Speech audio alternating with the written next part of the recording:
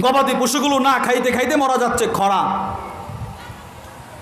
আসাবান নাসু কাহতান ফি খিলাফাতি আবি বকরিন সিদ্দিক।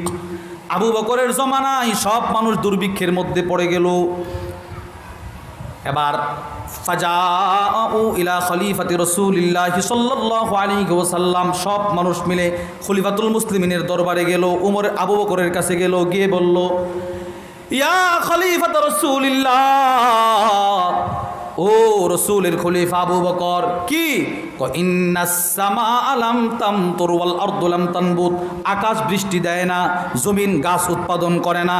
ওয়াকাদ তাওয়াক্কাআন নাসু আল হিলাক, মানুষগুলো মৃত্যুর দরজার সামনে দাঁড়ায় আছে, মানুষ মারা যাচ্ছে, খাবারের ব্যবস্থা করেন। আবু বকর সিদ্দিক বললেন, ওয়াস্তাইনু বিসসবরি ওয়াসসালাহ, যাও ধৈর্য আর নামাজের মাধ্যমে আল্লাহর কাছে সাহায্য চাও।